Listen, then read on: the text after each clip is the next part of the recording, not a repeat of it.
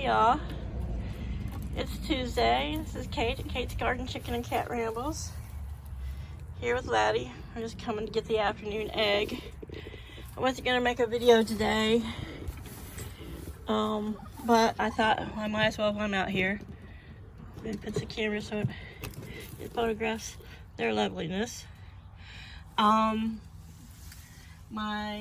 blue-gray Americana cross, we lost her this morning to a aerial predator. We are pretty sure it was a great horned owl. We've heard them in the trees nearby. This morning when I came and did their water and their food, the sky was just starting to lighten up, and I had the light on here in the run, and I left the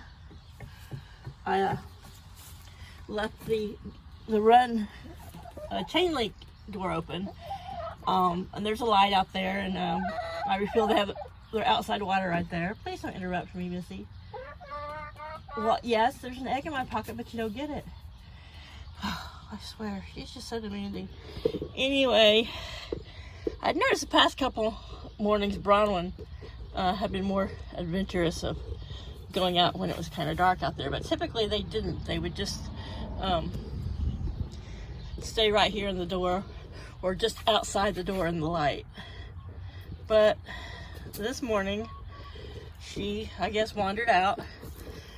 I didn't see her wander out, but she was out somewhere in the yard. So Paul, when he came home, which was probably maybe 10 minutes later, he came in the house and he said the chickens were all like screaming and making a ruckus, and he came over to the kennel and looked in, and they had all jumped up into the coop and were just standing there stock still. And I said, well, that's strange, you know.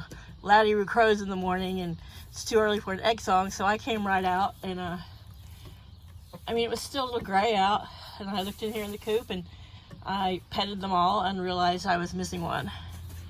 So I looked underneath everywhere. I didn't see Bronwyn. So I went out and looked around the yard. I didn't see her. So I walked the perimeter of the yard, and just over the fence towards that white fence, I saw her body. And she hadn't really been ripped up. She had been grabbed kind of between her shoulder blades and her neck. And there were a couple, you know, some deep marks, which I don't know if they were talon or beak, and there was some feathers everywhere. But when I approached her, she was laying on her back, and she had a little bit of blood on her mouth, but there wasn't like a lot of blood or gore anywhere. I mean, she might have died of her injuries or just, you know, scared to death. Laddie, nobody just wants to look at your booty. I mean, it's beautiful. It is. It's just beautiful. But she was our head hen. So I yelled up to Paul to come because, and we split digging the hole duties. I don't think hawks, I don't know if they hunt in the dark that early, but pretty sure it was a great horned owl we've been sitting away at the top of the spruce tree. So she was my blue egg layer, which, I mean, she hasn't laid in almost a couple months, but she was sweet. She was the smallest of the birds. And even when, you know, Paul picked her up, was holding her after she died, and he's like, man, she's a heavy bird. I'm like, all the others are much heavier. So anyway, it was sad, so we buried her, and me went online and ordered this hawk net. It's 50 foot by 50 foot, so that should cover their whole yard. And if there's a little bit of the far end of the yard that way that it doesn't cover, I'll move their fence in. Paul's gonna get a couple 10 to 12 foot poles. We'll bury it, we'll put them in the ground 2 or 3 feet, and then we'll affix it to that. So the 2 poles will be out in the yard, sort of like 2 poles in a circus tent, and then we will put the netting on it and then hook it to the coop and the fence, so that once I come through the gate, the little gate right here on just outside their door, it'll all be covered in that hawk net. I really hadn't seen any other aerial predators all summer, especially even when they were smaller, and I think it would be, a predator would probably be really hard pressed to, unless it was a super big bird, to pick up the the Brahmas, because their shoulders are so broad, and I mean, it might tear off some feathers or their wing, but they are pushing 8 pounds already, and they're just 8 months old. But I was sad. I loved Bronwyn. She was sweet. So that's 2 I've lost. Of course, Luna's sister, the other silver-laced Wyandotte, if you're familiar with the channel, had heart failure.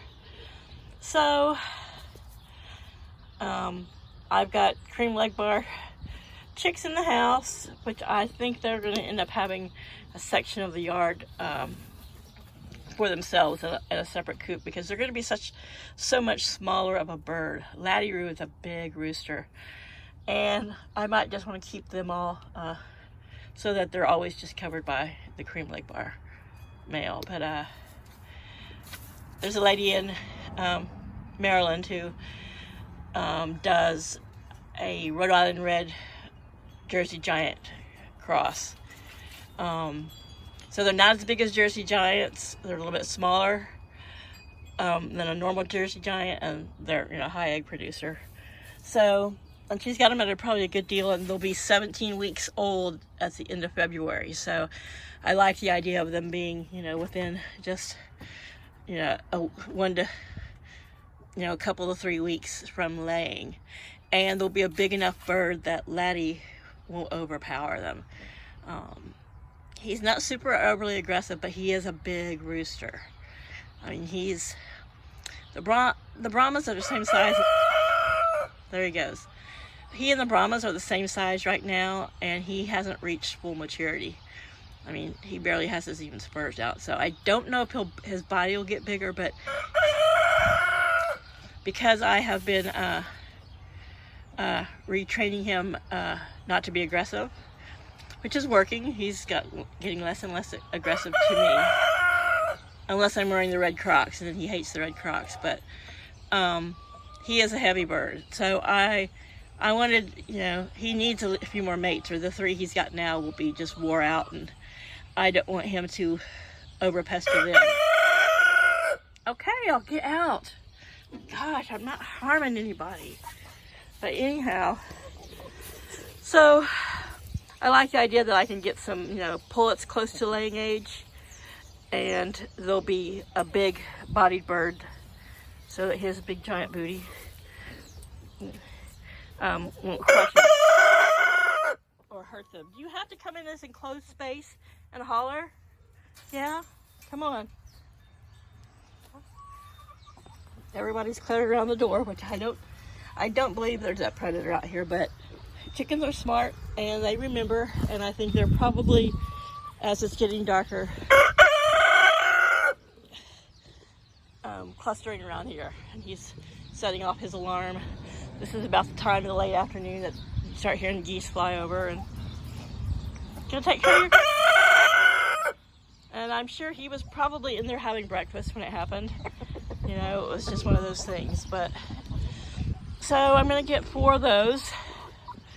I think she's selling them for like 17 a piece, and that's pretty good for a pullet just a few weeks from laying, and a nice big bird. Because I got big heavy birds in here. And then come the spring, there's a place here in Delaware who shall have some good God, silver-laced and gold-laced Wyandottes chicks, and I'll probably get a couple. Luna's is smaller than the ones here, but she's still a big, heavy-bodied bird.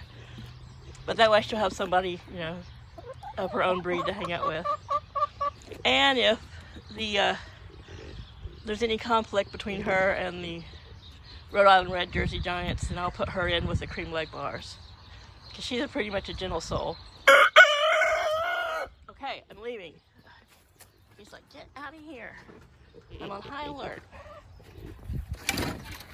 Yeah, he does this, especially when I'm making videos. Yeah? See your great big old feathers. So, he's a good rooster. He does protect them. And he is just aggressive enough that I don't see any, in the day, anything swooping in. But, you know, you can never be too vigilant. So, the netting will come Thursday. So, depending on our weather, rain stuff, Paul will be up. Holy crap, I just gotta get away from him. Paul can help me we'll come and put it up. You know, I try to take things in stride, and I just don't show a lot of emotion. I cry to myself in my bedroom over my chickens, but, you know, Paul's all worried. He doesn't have the relationship with them I do, but he worries too. And it took them a while before they came out on the run. Once I locked them in there until the sun was fully up and bright, and then I let them come back out. And then I've come out pretty much every hour on the hour and checked them and gathered eggs. And I thought, I didn't know if it'd be traumatizing enough to put them off laying, but I got Luna's earlier, and this is a little pinky of Neve's egg. Hopefully Kiba will start soon. And, I get some 17-week-old pullets at the end of February. I'm sure by the end of March, I'll have a lot of eggs moving. But I know that the hawk thing, this is not quite 50 feet. This is pretty much 50 feet this way. Please stop, laddie. It might be a little longer, but like I said, if the netting won't come to these poles, I'll move them in, until it reaches them, and make sure things are all buttoned up and finish stringing the chicken wire around and keep them protected.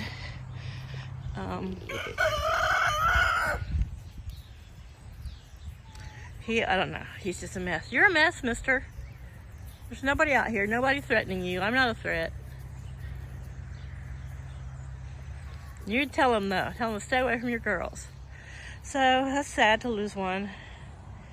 But, that's the news. And, I'll probably try to film us putting the hawk net up, or when it's done.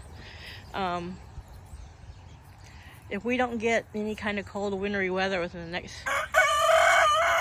next few weeks, then our winter will be over. We have had, very little weather. So I'm going to go ahead and start raking all this out of here so the grass can start growing. It's still really thick back here. I'll leave some in the low spots, but I've got to make a new,